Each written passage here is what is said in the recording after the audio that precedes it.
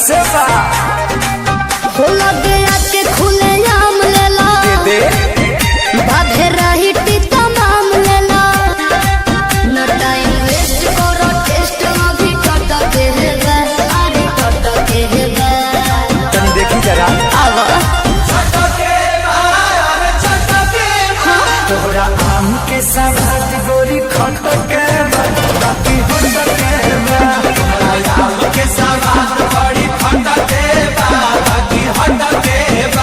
चिखा ना दो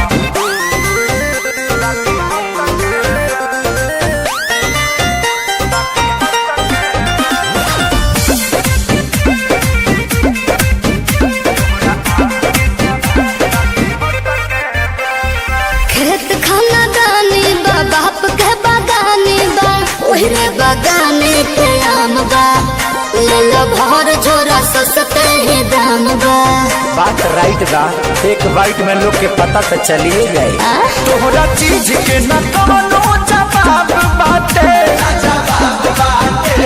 हिसाब बाटे चलो तहरा खाती दू चार पैसा घट के बा, अरे घट के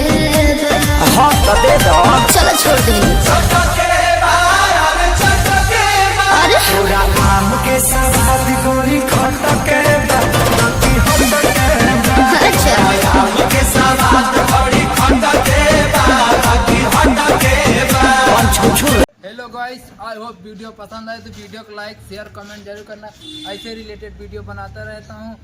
और मेरे चैनल पे नए हैं तो चैनल को सब्सक्राइब नोटिफिकेशन को ऑन कर ऐसे रिलेटेड वीडियो बनाता रहता हूँ। आप लोगों का पसंद जो भी गाना हो बता उस पर वीडियो बना के जरूर दूंगा। तब तक के लिए जय हिंद जय भारत।